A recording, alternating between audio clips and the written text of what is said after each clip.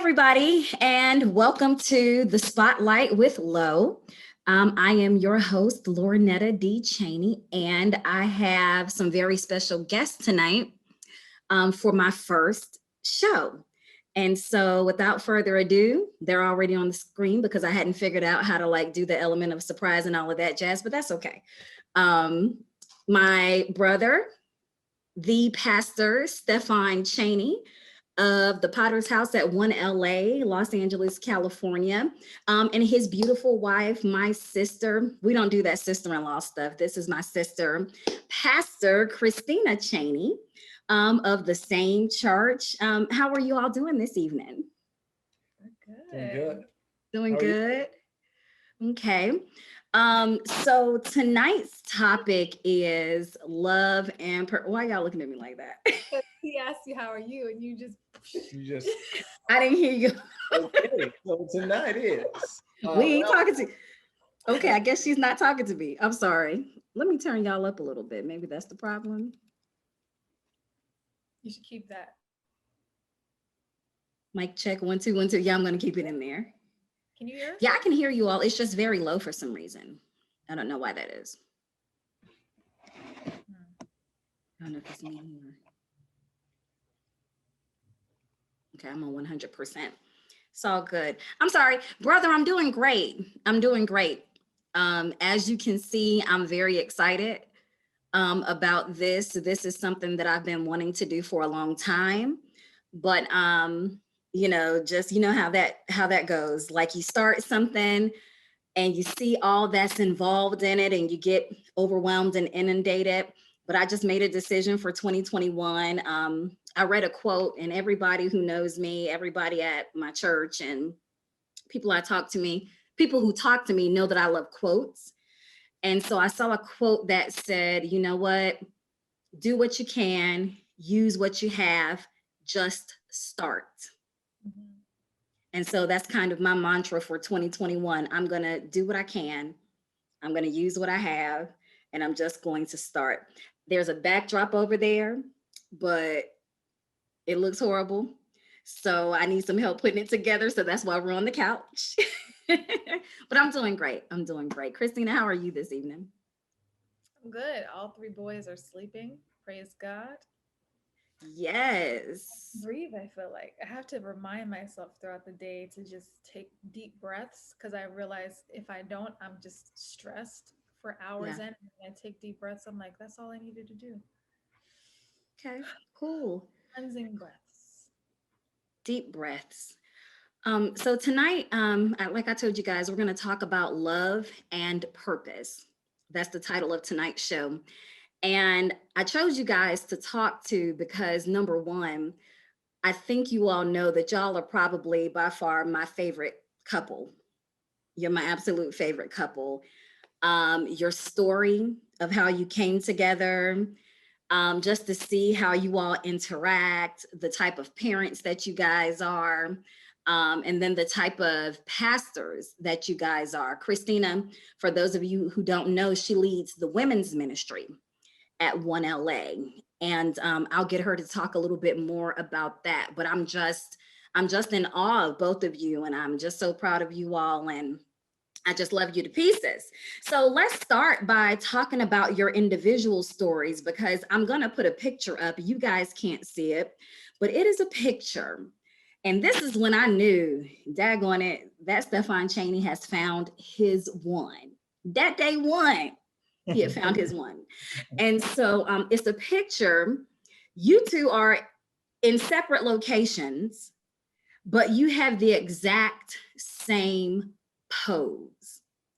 And I don't know if you're posing with the exact same bottle of liquor. I'm not sure. I got to look at that. But talk a little bit about who you were before you turned your lives completely over to Jesus Christ. And either one of you can go first. Well, I think, are we talking about the picture right now or after? You can talk about what's going on in that picture. That's funny because I think we were in two different places and in different desires in that moment. Two different agendas. I was at a launch party for that particular brand of alcohol. And Okay. everyone that walked in had to take a picture with the bottle. I just happened to kiss it. He, on the other hand, he was by himself. That was his pregame turn up by Tell himself. your own I'm sorry, testimony. I will turn my own Tell stomach. your own. You know, Huh? we're one, so I tell yours and you tell mine. It's just part of the game. So anyway, so yeah, so that in that part of my life, it was very much about imagery and branding and what's in right now, being in the music industry. And you're kind of told what to do and how to act and how to look and how to dress and what to say. And it was a very controlling lifetime for me. And at the same time, I was choosing to ignore the unction of the Holy Spirit for a very long time, just because I didn't feel worthy of it, of Him, because I still had ideas of what I wanted my life to look like, and I was determined to see those ideas through. But God was determined to place stop signs with each and every turn that I took. So at some point, I just had to throw my hands up and say, "Okay, God, I can't keep running away from you. I have to face reality and pursue you wholeheartedly." And everything just shut down very quickly, much quicker than I had anticipated it. And then I felt led to move to Los Angeles. Oddly enough, you'd think that God would keep me where I was, but no, there was a drawing to come out here, and I thought it was to continue pursuing like acting in the arts, but it was actually to encounter Him in a new way. So yeah, so that's kind of how my rededication started, was here in LA at the Potter's House at 1LA, and just have been on a completely different journey ever since. Okay. Met this man shortly after my rededication. Shortly About how long was that? after my real dedication, not the one that you're like, Lord, I promise I won't ever, and then you do it. Um, the one where it was actually like definite that I was completely in a whole heart change. And that was December of 20 when did we get married? So December of 2013. We started dating March 2014. Cool. Wow. Fast. Yeah, That I is didn't really expect fast. that. I was cool with being single forever. That's where I was. And that's interesting. We did a show today. My church, Gethsemane Baptist Church in Newport News, Virginia, on Wednesdays. Shameless plug. We do a show called T Place Talks, and we were talking about wholeness today. And I think my pastor asked the question, how do you know when you're whole? Or, is it something that you're grasping, or is it something that we already have, but we just have to take that journey to realize it and walk in it? And I talked about, and you both know my story of singleness. I can very, I guess, authoritatively say today that I am single and not seeking, which is a new thing for me, because as you two know, I've always been single and seeking, desperately so, in many cases. But I shared that the moment I was able to say that, that's the moment I realized that I had achieved wholeness in that particular area. And so it's really interesting how you say, I was cool with being single.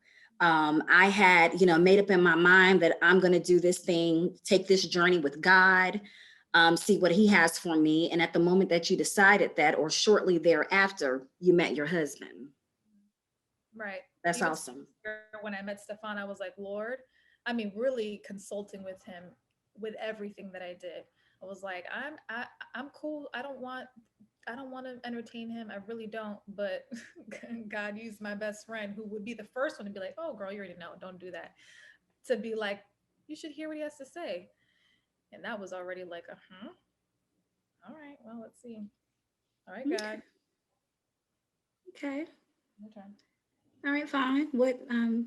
Talk about your, um, I guess I was watching Surviving Transformation a couple of minutes ago, because of the post on your Instagram, account today that I saw and that I was able to read and just kind of go through. It was an excerpt of that sermon with some other things added in. And so I came home tonight, and as I was getting ready for tonight, I was watching that.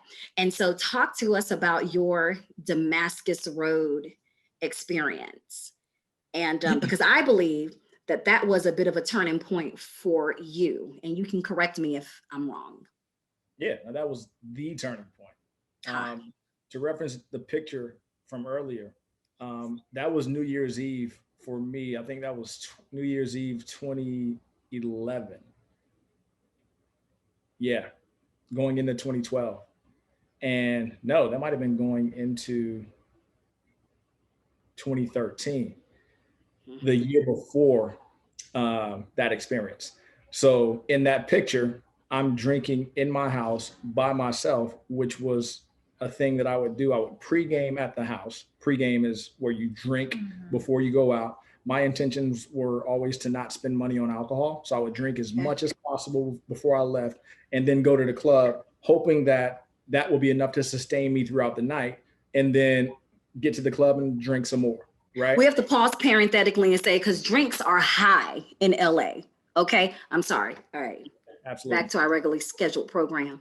So, that was a snapshot of my lifestyle. And that wasn't just on weekends, because in LA, there are parties, the best parties used to be on Sunday. And then Monday, Tuesday, Wednesday, Thursday, I would take Fridays off. But the weekdays were like the best party days. So that was something that would happen all the time. It was a lifestyle. And so fast forward to what happened in the Damascus moment. And for those that might not be familiar with this, the story is where Saul is aggressively, going after people that claim to be believers of the gospel of Jesus Christ, and bringing them back to, bringing them bound, going to Damascus, rounding up every man, woman, child, he doesn't care, bringing them back. And that was his motivation. He was so focused on going and terrorizing the church. He wasn't letting anything deter him from that. So I compare my Damascus to lust and women. That was the thing that I was keenly focused on. And I didn't care what tried to get in the way. I aggressively pursued that lifestyle. And just like Saul, he had to have an encounter with Jesus Christ where he was literally stopped in his tracks, blinded. And that's when he had his real encounter. I was stopped in my tracks by way of a car accident from drinking and driving, where I literally crashed into a building. Cops showed up and went to jail, and that was my point of saying, okay, this is a wrap. That's enough. So from there, I rededicated. This was July of 2013. I actually met Christina in September. So based of the same year. That year. So based on what she just said, she hadn't really given her full yes yet. She gave her full yes in December. So when I met her, she was still out here in these streets. I wasn't out, actually. I'm not saying you were doing anything promiscuous, but your mind was not fully surrendered to the Christ. Don't speak for me.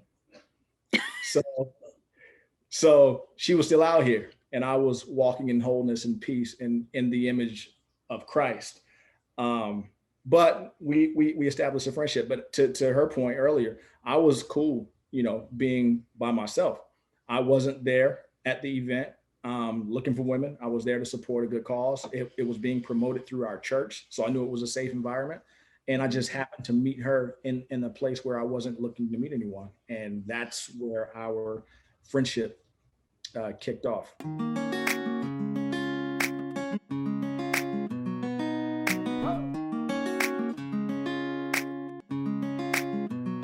Is that you got to a place where you were absolutely cool with yourself and by yourself. That's hard.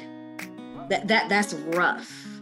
So talk to us a little bit about that time period.